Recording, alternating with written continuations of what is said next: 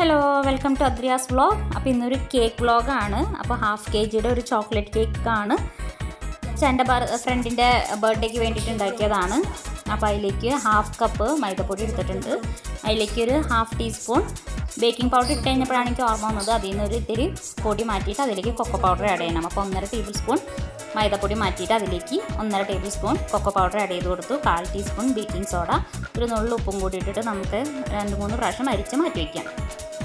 2 മുട്ട എടുത്തിട്ടുണ്ട്. അതിലേക്ക് ഹാഫ് ടീസ്പൂൺ വാനില എസൻസ് വെച്ച് നമുക്കതൊന്ന് മിക്സ് ചെയ്തെടുക്കാം. എന്നിട്ട് നമുക്ക് ബാച്ച് ബൈ ബാച്ചായിട്ട് നമുക്ക് നമ്മുടെ പഞ്ചസാര പൊടിച്ചത് ഹാഫ് കപ്പ് ഇട്ട് നന്നായിട്ട് നമുക്കത് ഓഫ് വൈറ്റ് കളർ ആവണ വരെ നന്നായി നമുക്കത് ബീറ്റ് ചെയ്ത് മാറ്റി വയ്ക്കാം. അപ്പോൾ അത് നന്നായി ഓഫ് വൈറ്റ് കളറൊക്കെ ആയി വരുമ്പോഴേക്കും അതിലേക്ക് നമുക്കൊരു 1/4 കപ്പ് നമ്മുടെ വെജിറ്റബിൾ ഓയിൽ, ഏതെങ്കിലും വെജിറ്റബിൾ ഓയിൽ, സൺഫ്ലവർ ഓയിലാണ് ഞാൻ എടുത്തിരിക്കുന്നത്. അതിട്ട് ഒന്ന് മിക്സ് ചെയ്ത് കഴിയുമ്പോൾ നമുക്ക് ജസ്റ്റ് ഒന്ന് നമ്മുടെ ഡ്രൈ ഇൻഗ്രീഡിയൻസ് ആയ പൊടി ഇടാം. നമുക്ക് പിന്നെ ഒരു 1/4 കപ്പ് പാലും കൂടി വേണം. അപ്പോൾ ബാച്ച് ബൈ ബാച്ചായിട്ട് അത് രണ്ടും കൂടി ഓൾട്ടർനേറ്റ് ആയിട്ട് ഇട്ട് മിക്സ് ചെയ്ത് മാറ്റി വയ്ക്കാം.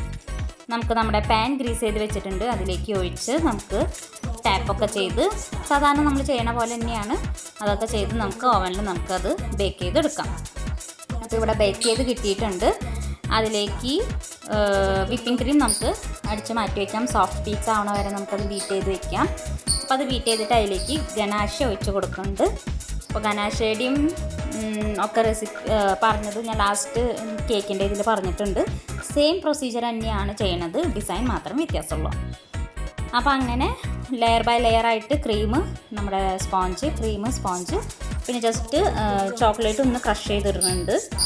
അപ്പോൾ അതും കൂടി ഇട്ടിട്ട് നമുക്ക് അത് ഒന്ന് ക്രം കോട്ട് ചെയ്തെടുക്കാം. അപ്പോൾ ലെയർ ബൈ ലെയർ ആയിട്ട് 3 ലെയർ ഉണ്ട്. നല്ല സോഫ്റ്റായിട്ട് നമുക്ക് കേക്ക് ബേക്ക് ചെയ്ത് കിട്ടിയിട്ടുണ്ട്. നല്ല സോഫ്റ്റാണ്.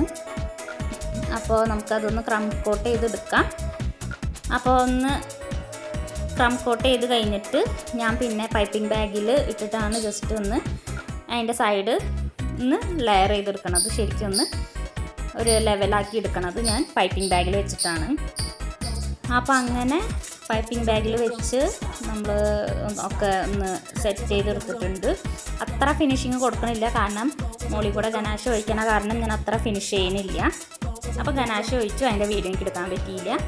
ഗനാശ ഒഴിച്ച് ഇതൊക്കെ കഴിഞ്ഞിട്ട് ജസ്റ്റ് നമുക്ക് സിമ്പിളായിട്ടുള്ള ഡിസൈൻ മാത്രമേ കൊടുക്കണുള്ളൂ. ഈ നോസിൽ വെച്ചിട്ട് ജസ്റ്റ് അതിൻ്റെ താഴത്തെ സൈഡ് ജസ്റ്റ് ഒന്ന് ഒരു ഡിസൈൻ വെച്ച് ചെയ്തിട്ടുണ്ട്. മുകളിൽ ജസ്റ്റ് നമ്മുടെ ഗനാശ ഇങ്ങനെ ജസ്റ്റ് ലൈൻസ് ബൈ ലൈൻസ് ആയിട്ട് കൊടുത്ത് അവിടെ ഇങ്ങനെ ജസ്റ്റ് ആ സെയിം ഡിസൈൻ നോസിൽ വെച്ചിട്ട് തന്നെ ചെറിയ ചെറിയ പൂക്കൾ ഇട്ട് കൊടുത്തു.